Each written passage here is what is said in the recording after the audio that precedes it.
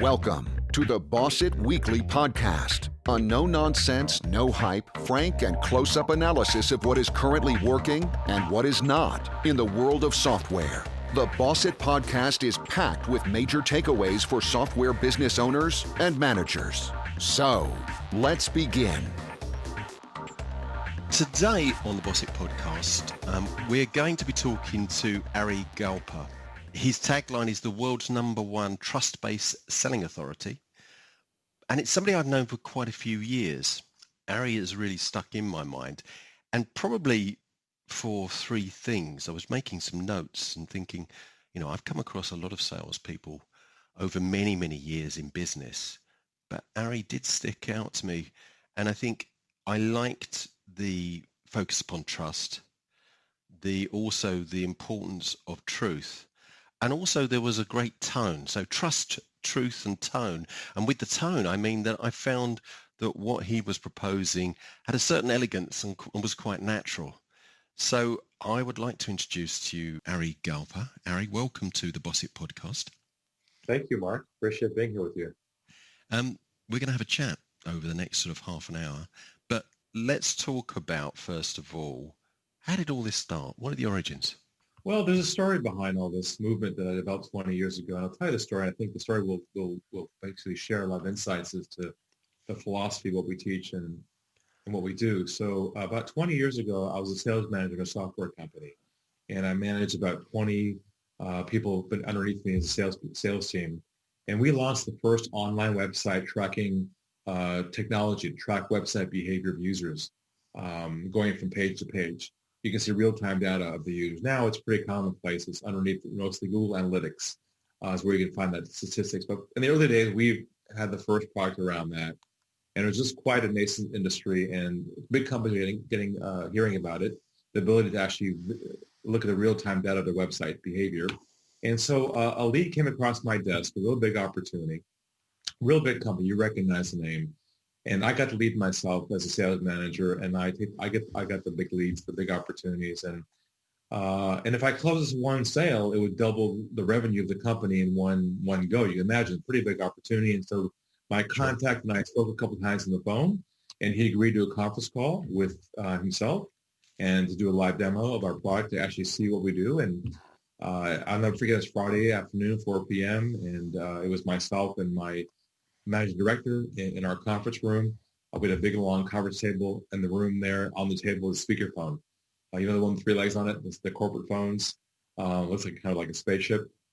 And so I dialed the number that he gave me, my contact, and the phone rang. He picks it up.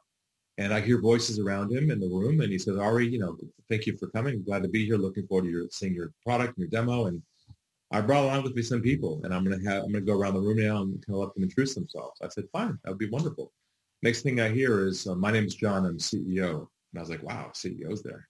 Good person to be on the phone call. My name is Mike, I'm head of IT. Oh, this is good. My name is Julie, I'm head of marketing. Oh, wow, this is even better. Everybody on this phone call was basically a decision maker, right? This is the call we hope to get as often as possible. And so I was like, wow, this is going to be a really good call because they're all here. If it's going to happen, it's going to happen now. So I stayed calm, I introduced myself. Then I began to give a live demo over the web of showing one of the websites that we collected data for in advance to show them visibility we can give them for the first time. And as I'm showing this to them, I started hearing this noise on the phone call, like, wow, this is great. This is fantastic. They start asking me all kinds of questions. How does it work? How do you install it? What's technology? And of course, I had all the answers. There was so much chemistry on this phone call, Mark. It was like a love fest on the phone. You know what I'm talking about? Well, not recently, but I get the gist. It just felt so good. They asked me all the right kinds of questions. I had all the answers. I was competent technically. I wasn't aggressive in any way. I was doing my job. I was describing our product, how they can use it, case studies.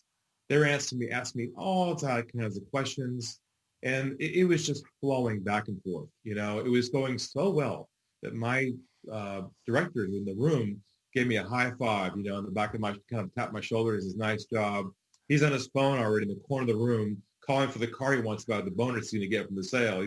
He's pretty excited, And so an hour goes by, the call comes to a close, and my contact says to me, Ari, this is we love it. This is great.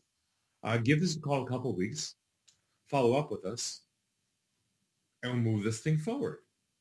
I said to myself, oh my God, I think this guy went to heaven. This could not be better. And so I thank them very much for their time. And we said our goodbyes. As I took my arm to reach for the phone in the middle of the table, I reached for that phone with my hand and my finger, and I'm reaching for that off button on the speakerphone. As I'm reaching for the off button, by complete accident, now I say divine intervention, my thumb hit the mute button instead of the off button. They were right next to each other. Right. And my thumb hit the wrong button, and a small click happened, and they thought I what? You'd gone. They thought I hung up the phone. Oh, no. And in that split second, a voice inside of me said, Ari, go to the dark side. Be a fly in the wall.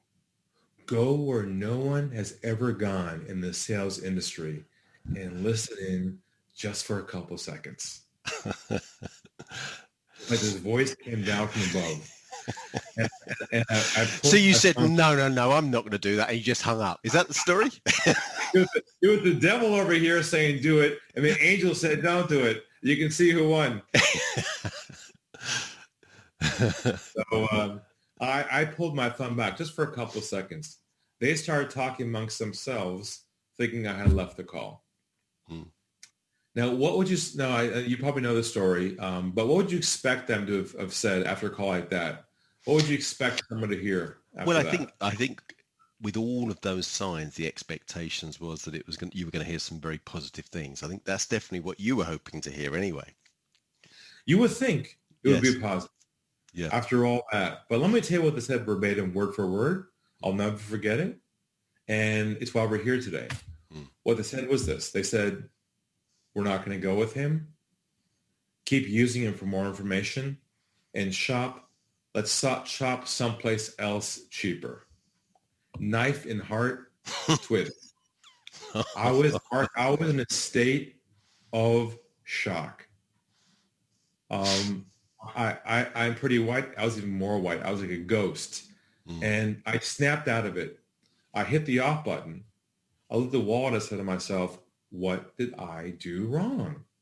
I was competent. I was honest. I was friendly. I built rapport. I did what the guru told me to do. I answered objections. I described what we do. And the first big epiphany hit me, and you can tell me if you agree with me this or not, that somewhere along the way, it has become socially acceptable not to tell the truth to people who sell. Right? Yes. I think there's also a perception as well, and it may be the poor stereotype of the salesman, is salespeople lie when their lips move. It's okay to say things like, sounds good, send me information. We're definitely interested. Show us a demo without having any intention of buying at all. And then I realized that I had an epiphany. I realized that somewhere along the way, in the pre-sale process, in your sales conversation with people, there is an invisible river or flow of pressure that flows underneath the sales process and the conversation. And I realized if you don't consciously remove that pressure from the conversations and replace it with trust, then you'll never know where you stand, and you'll never be able to get to the truth of what they're thinking and what's going to happen next. And that's when I realized that I've got to create my own mindset, my own philosophy called the Unlock the Sales Game mindset to unlock this crazy game we're in, where we're chasing what I call ghosts. You know what a ghost is? Something you can't get your hands around, typically. Right. Someone that says, I'm interested, give me a call. You call them back, get their voicemail, right? I'm sure a lot of people who are listening right now who are in sales are probably chasing ghosts. They had great conversation with somebody, great meetings, and now they have to be in pursuing mode, and it does not feel good to do that at all. It degrades your authority, your positioning, and it dehumanizes the process. And that's where I invented my whole concept called Unlock the Sales Game, and the whole mindset around that, where the goal is not to focus on the end goal of the sale anymore.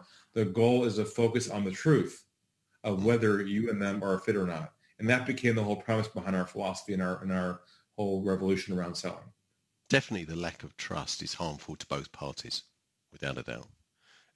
It's harmful for the salespeople because you can end up spending a lot of time, a lot of wasted time with a prospect that really isn't a prospect. Yes. And that can be very damaging. And for the people, the buyers, well, they need to be able to understand as quickly as possible and see that fit so they can move on. You know, it wastes a lot of time both sides. So I mean, it's a very definitely trust and truth is sort of two of the key words that I would say are right core to what you do. But look, most people will say they're trustworthy in selling. Most will say I'm integrity based, I'm heart based, I only want to help the customer. Every rep in the world will tell you that. Yeah, I think just saying it sometimes can create an amount of distrust. I'll tell you, yeah. This is not about whether you are a trustworthy person or not. No. This is about how consciously aware are you of putting trust into the conversation to help the customer and prospect create a safe space for them to feel comfortable telling you everything of where they stand at the beginning of your process. You're not chasing people at the end of your process. As you know, I mean, I specialize, and I have done for nearly the last 30 years in the software sector. And I might upset a few people here. The people that I tend to be talking to are very intelligent, very well educated, and they stink at sales. A lot of them come from an engineering background, or they are sometimes marketing, but typically, you know, it's engineering. Some even come from sales, but actually when you look at the sales process itself, very rarely do I look at an organization and think, wow, that's great. You know, they've really got that working well. And a lot of it, I think, is following outdated sales myths. And you must come across that a lot. Absolutely. These sales myths that just hang around within the industry for years and years, and it doesn't serve anyone any good. I mean, there's loads and loads that I can think of. What do you come across most? Well, I find the most common old conditioning in the back of our minds. Yes. Those of us have been trained the old way. One of the most common myths is this idea that sales is a numbers game. Yep. That's the idea where the more contacts you make, supposedly the more sales you make.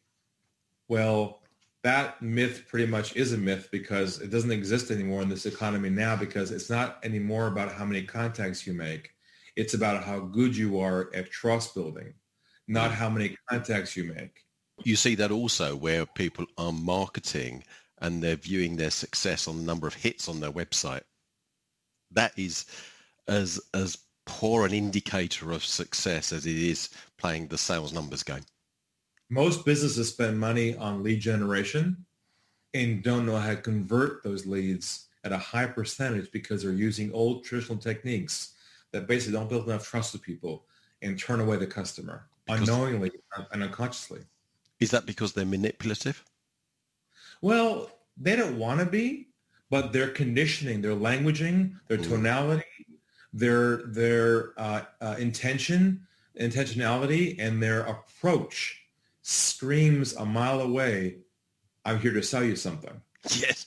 I funny enough, you saying that, it reminded me of a quote, and I can't remember who it's by, but it said, who you are and what you are speak so loudly I don't hear the words you say. And I think that we communicate in many ways, but that tonality, body language, there's so much that communicates. When people are saying, and especially in sales, trust me, trust me, trust me, I would prefer to say to them, don't say that. Just get don't tell them, show them by what you do and the way you behave. You're right. You shouldn't ever have to say to somebody, trust me. No. It's your communication ability, your skill set, the language that you use. We could talk about, if you want, some examples of languaging that will make pretty clear what we're trying to say here, of how we've been conditioned over the years to use sales languaging that says the wrong message that we're supposed to give to people. But it's amazing how much we take on board from the past that no longer fits in this new economy. Some of the things that people say, I think, are habit, and they don't always realize that they're saying it. Now, we do quite a lot of videos, and we do video interviews, and I've said to somebody, let's do that again because you've used a particular word 15 times in 3 minutes. And they'll go, I didn't use it once. They don't actually hear it. And one of those words is honestly. And I keep putting the word honestly. And I said, the problem with that, when you insert that into a sentence, does that mean that all the other sentences you're lying? That, for me, is an issue. When somebody keeps saying to me, honestly, I think, why do you keep saying that? Is it because you're not normally honest? Have you come across that? Or maybe that's more of a European thing. No, it's I'm sure it's quite common, but I will give you right now a classic sales phrase that mostly everyone who listens to this is probably using unknowingly, causing them to lose their sales. My pencil is at the ready, Ari. So for those of your listeners who are listening right now and have been around selling for a long time, I'll warn them in advance, this might hurt just a bit. Take a deep breath. Now relax, guys. Here we go. Over to you, Ari. I'm going to ask everyone on this call listening to take a verbal oath with me. Post Ari to never use this phrase ever again. You ready for this? Here it comes. Never, ever use the phrase as of today again. And the phrase is this one. It is follow-up. Oh, right. Yes. Never use the word follow-up ever again your entire life if you're in business, because what's the only industry in the world that uses the word follow-up? Sales. So you're saying, hi, I'm calling to follow up. The minute they hear you say that, they're saying to themselves, all he cares about is making the sale. That's a sales phrase. It's over at hello. One word in itself, and I'm sure even on email, if you say, hi, I'm writing to follow up on our last proposal. I'm writing to the word follow-up screams, I'm here to sell you something. Oh, Ari, I'm upset now. I use that. I've used that phrase. Oh dear, just thinking about it. Just through conditioning. I've never really put much thought into it. Most people don't. No, but I think you could be right. It's these subtleties that lose you the trust. Yeah. There's a few more classic ones you might recognize, like... Is it going to upset me? Go on in, hit me with it. What's the other one? Rub it in with salt, right? Yeah, here you go. So there's touch base, checking in. Yeah, no, I don't use that. Those are classic sales phrases that we need to erase from our vocabulary forever as of today. No, I don't use any of those. That's all right. I'm starting to feel a bit better about myself now. That's good. So what else? When you go into an organization, I know that you go into a lot of organizations and you do consultancy working specifically with one company. What is the biggest mistake that you see them make? What is that? Yeah. What is the biggest and most frequent mistake you see? The biggest mistake is that the entire team has been trained to chase opportunities. And their whole behavior, their languaging, their mindset, their approach is about trying to get in front of as many people as possible, demonstrate their value, close their eyes, and hope someone says yes. So what's the opposite? What's the opposite of chasing opportunities? So they've had a lead, they've spoken to them, do they just forget about it? No. If you're chasing at all, that means something went wrong at the beginning of your process. Right, gotcha. Okay. We discovered in our research that the sale in this economy now is lost not at the end of the process. It's lost at the beginning of the process, even lost at hello. And I'll prove it to you right now in kind of a fun way. If someone calls your office tomorrow morning and you pick up the phone and you hear, hi, my name is, I'm with, what goes through your mind in about 3 seconds? Yeah, they've lost it. Yeah, it's the same. It's the same with some of these YouTube videos that I see. When it starts off and they go, "Hey, what's up?"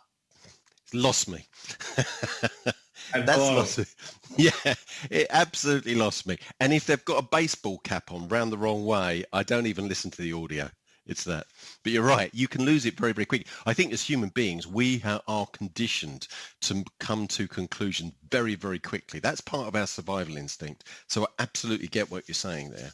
And yeah, having that emotional connection or losing that trust and emotional connection early on, that's going to be very difficult to get it back, if not impossible. The real shock for most organizations and sales managers and salespeople is they think the sales lost at the end of the funnel. Mm. They think they didn't close very well. Yes. They think that they're trying to chase the deal end of the month. The sale was lost at the beginning, not the end. It was lost, and I'll give you an example of this with using our approach, okay? Let's say you're having a first call with somebody over the phone. It could be a potential client of yours. And a first conversation, it's going well, good chemistry, looks like a good opportunity, and call comes to an end. Normally what people say is, well, how about we move forward? Let's get together. Let's move things forward. We try and move somebody to a next step, right? That's usually how we've been trained to do things. Mm.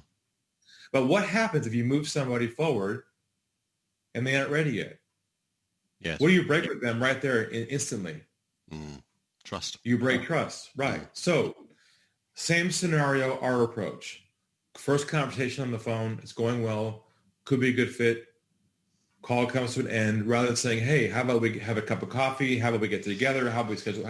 Rather than moving them forward, what we say instead is this. We say, where do you think we should go from here? Wow, that surprises me a bit. I'm gonna push back on this one, because if you've got somebody who is buying or operating in an area as a buyer, particularly in the software sector, where they perhaps don't have a lot of experience, and we're seeing quite a lot of that with some of the newer technology out there. If you're not seen as having a process, because it is a process that you need to go to be able to make that decision to see if there's a fit, the prospect will fill the gaps, and you could end up going down a path that doesn't benefit either of you if you allow them to. Whereas, you know, if I went into my doctor, put it this way, if I went into my doctor and I said, I've got a pain in the stomach, he examined me and then said to me, okay, so where do you want to go from here? I'd lose confidence in that doctor. Well, that's different, because that means the problem itself has been defined and clear, and the customer admits the problem. That's different. You're saying, I've got a problem. It hurts. Let's fix it. That's different. But when you talk to somebody for the first time on the phone, they're only going to give you surface level communication that does not, in its entirety, amplify the problem, explain all the issues around it, and ROI the losses around it. You see, there's surface level communication and trust-based communication. What usually happens is that the customer says, here's my challenge, and we say, oh, great, I can help you with that. But we don't go below the surface with them deep enough in the beginning to uncover the depth of the issue, amplify it, identify the losses around it, and then have them. So what you're saying is this is prior to that part in the process where you really start to get into the problem and start working with them to help them find the right solution. It's that important first part that you're talking about. Here's the thing. When you say to somebody, after you talk to them for a while, where do you think we should go from here? What do you think goes through their mind when they hear that? What'd you guess? Well, they've got an option. Then they're not being manipulated. You know, it's not the alternative close. You know, when should we speak again? Tuesday or Wednesday? People hate that. You know, they're usually in a state of shock. They can't believe that somebody in business who's selling would actually ask them what they want to do. And that's the moment when everything transforms. And they start viewing you as a human being who wants to help them, not somebody trying to pull them down a process towards a sale. That's the shift. Is when the whole thing changes. Now you created a safe space. See, we're so conditioned as salespeople to get to the yes.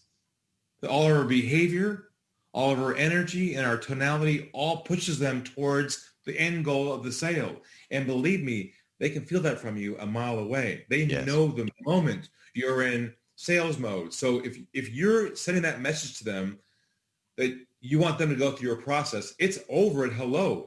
They will not tell you anything else other than what they want to give you to give them what they need. Yeah. You haven't built that level of trust that they can open up to you. So go ahead. So I was just going to say, so the principles that we're talking about is building trust, is by making sure that you engage with the customer in the right way so that you don't lose that trust. And then actually you could be wasting a lot of time and effort trying to get that back and never be able to do it. What else? What are the other principles? This is about going into their world in the beginning and not talking about you, not talking about your product, we're so used to as salespeople selling the future. See, the minute the customer says, oh, here's my problem, we say, oh, great. We can help you with that. Look at our demo. It can change your life. It'll change our initial conditioning is to sell the future. Yes.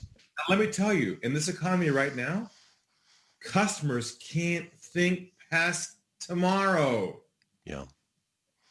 So here we are trying to sell a beautiful future, and they're saying, well, I got problems. See, we have to shift our mindset to go into their world and go deep inside their world to unpack their issues with them like a doctor would in a patient, a diagnostic conversation to unpack the depth of their issues so they admit the issues, they understand the amplification of it and what the impact is, and then you ask them, is it a priority to solve these problems or not?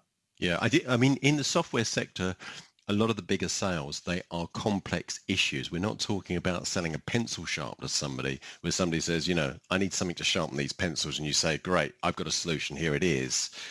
And I think sometimes the problem that I see is that far too early, the salesperson is telling that person, we've got your solution. When really they don't even understand the problem at that stage. Exactly. Because that cuts away trust. Correct, because the reps have been conditioned to listen to your buying signals. And the moment they hear something, they jump right to, quote, a demo. They describe the product, the case study. Oh, I got a client like that. See, what they don't do is they don't stay centered and go deeper down the problem track. If you imagine an iceberg, they're above the iceberg the whole time. They don't go below the iceberg to the bottom of the iceberg where they really go in the client's world where the client says to themselves, wow, yes, this guy really gets me. Yeah. And he's not trying to sell me anything. My God, I like this person. Yeah. Let me ask you a bit of a controversial question, Ari. You've got years and years experience of going into organizations. How often do you see that the salesman or the salespeople are blamed for lack of sales when actually it is always a management problem? I mean, that's my view, is lack of sales is a problem with the management, because if the salespeople aren't selling, you may have recruited the wrong salesperson or the wrong salespeople for your organization. So that's a management problem because they chose them. Or they've not been given the correct training because you recruited salespeople who perhaps lack experience or lack experience in that sector and you haven't provided it. So it's a management problem. Or you haven't given them the right tools, and that's a management problem as well. But so often I hear them say, these guys just don't want it enough. They're not willing to work hard enough. And I very rarely come across salespeople who don't want to be successful. I rarely come across anybody who doesn't go to work wanting to be successful. You do get some lazy people now and again, but on the whole, people want to be successful. Not just for the money. They want to feel successful in themselves. How much or not do you agree with that? Well, I'll tell you fundamentally why performance drops, even though they want to succeed. Because you're right. people want to succeed in their jobs. Yeah. But let me tell you why there is resistance. I agree with you. There's peripheral issues around experience, sure. Tools, sure. But assuming they have all those things, which most companies, I assume, provide that the reason why there is resistance there is because they find the sales process painful. Yeah. There's friction in the sales process quite often. It's not fun to chase people, get rejected, and be treated less human than the customer. It's not fun. No. And that's demotivating. And great people will leave your organization if you put them in a situation or they are forced to chase customers without trust building first.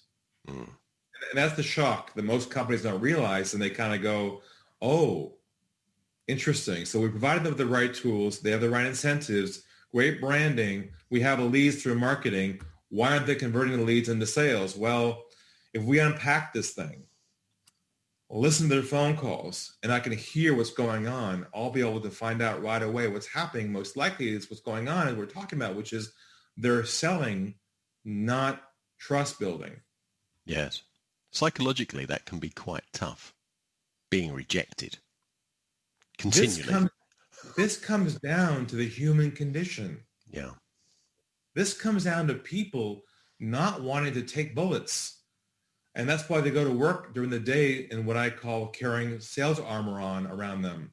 They're protecting themselves from the pressure, the resistance, and the chasing, which they find dehumanizing and hate. Now, they may not tell you this because they got a job and they have a nice suit on, they look professional, but deep down inside, their spirit is destroyed by not knowing how to connect with people at a deep level. Yes, and I've seen that where salespeople can be getting a tough time outside of their own company, and then they come back and they can get a tough time inside as well. That makes life pretty tough all round, doesn't it? You're getting criticism, you're getting rejected outside, and then you're getting criticism when you come back to your company. You've got to be a certain type of character that you want to put up with much of that. Well, you know what we discovered? We discovered that rejection is triggered by certain things that the salesperson does and says unconsciously that causes the prospect to push back on them. It's not just part of the game. You don't have to accept it. You have to be aware of what's triggering it. So for instance, the word one trigger is languaging. So I mentioned earlier not to use the word follow-up ever again because that triggers the wrong impression of you, which creates rejection. What you use instead is this. You say, hi, I'm just giving you a ring to see if you have any feedback on our previous conversation, any feedback on our proposal, any feedback on our meeting. You go backwards, not forwards. Yes. Makes sense. If you could learn the art of this and trust-based communication with human beings, how to remove the resistance, how to get out of the sales game and be human to human, you'll be a superstar. And that's what people want when they go to work. They want to be a superstar, and the companies want their salespeople to be superstars. So, yeah, that makes a lot of sense. One of the things that I know that you've started doing recently is you've created a community, the Mindset Club. Tell us a bit about that. Sure. So I have quite a large following, been around for 20 years now. So thousands of people who have adopted our philosophies now are doing very well with it. We decided to, actually, they've asked me and my community to put together a private club, a group called the Mindset Club, where basically everyone who's with us thinks this way, who's adopted our philosophies, lives in the mindset, learns our languaging, and we have, basically it's a monthly community where we meet twice a month. I do a live Q&A call where they submit their questions. I do a live training on Zoom like this, and people get their questions answered. We also have a community and a learning resource where it has all of our libraries of 50 hours of my content and new courses that I'm rolling out every quarter. I have a new one coming out called the One Call Sale, where I figured out how to basically onboard somebody on one conversation and a complex sale. I'm not saying a signed contract, but somebody who agrees to moving forward in one phone call. I know it's hard to believe that. People don't believe it, but they'll discover it soon. So we have a whole community of people who really believe in this philosophy. And I'm also rolling out soon a certification program to teach others who want to coach on this as their own business or coach people to build more trust. So there's a whole community. We're evolving with a lot of intellectual property, new courseware. Really, it's our what I call Planet Ari, I guess you can say, where people can come and be in a safe space to learn how to be successful without sacrificing their soul along the process. And is it true, Ari, that you're setting up a personal hotline where salespeople that are feeling a bit down and a bit depressed, they can just give you a call at any time and you're going to cheer them up? Is that right? 24/7. Brilliant. Okay. Well, we'll publish that. We're going to publish that with the podcast, your number, okay? I'll tell you a funny story about that. I started 20 years by myself on a website and an ebook, and I had live chat back then on my website. And the live chat button said, "Talk with Ari now." And people would click that button. It would be me. And I would say, "Hi, it's Ari." And they say, "Is this really Ari, the guy who wrote the book?" And I said, "Yeah." You know, they say to me, "How do you have time to be talking to people like us? Because you're like the guy who wrote the book." And I said, "What else should I be doing? We're talking to potential clients, but you. How can I help you?" We do coaching. And that's literally how I started my whole business, with talking one-on-one with people on my website. And I can actually validate that, and that's the absolute truth, because many years ago, when I bought your first course that you brought out, I ordered it, it arrived, and within a few minutes, I got a phone call from you, and you said, "Hi, it's Ari." And I thought, great, that's really good. I like that. I thought that was very, very smart. Yeah, it's kind of my signature, as I call everybody who comes on board with us. So and it works. It's a lot. Look, it's a lost art to actually go back to the basics and thank people, talk to people. We're hiding behind our computers now. We're hiding behind social media and emails, and everyone's lost the art of how to communicate with people on how it used to be. I'm bringing it back in the modern age in a way that feels right, and still use technology without having to give up your humanness about it. And it's about being memorable as well, isn't it? I mean, so often, especially now when we're having contact with people via the internet and Zoom calls, you can have a lot of contacts in one day. And if by the next day they've forgotten you, well, I've remembered you. It was more than 10 years ago. And that's hence the reason why we're having the call today. Thank you very much for the podcast today. That's been really interesting. We've covered some interesting topics. So if somebody wants to, just give you a call because they're feeling a bit depressed, or if they're more interested about your consulting, how should they get hold of you? Well, the best thing is go to unlockthegame.com. Yep. There's a button there that says free, actually a free consultation. If you click that button and fill out the application, I'll take a look at it, and if you're kind of a good fit for us, I'll have a chat with you about what your challenges are. And of course, we also have a course called Mastering the Mindset. You get the recordings of that goes deep on this content on your own from the homepage as well. And you can join the membership group. And so, look, my goal is to get to millions of people with this philosophy and really change the world with trust in all kinds of their parts of their lives, from marriage, kids, family, selling. This is about trust-based communication, not just selling. And I've got a plan here to go broad with this to help a lot of people learn how to go back to the basics, communicate with people at trust level, and use what I call trust-based languaging to crack the ice with people and really build that trust. That's a very worthy cause, and I wish you all the luck with that. And thank you again. And we'll send this out. We'll put all of those contact details as this goes out via social media. Thank you very much. It's been a great call. Thank you.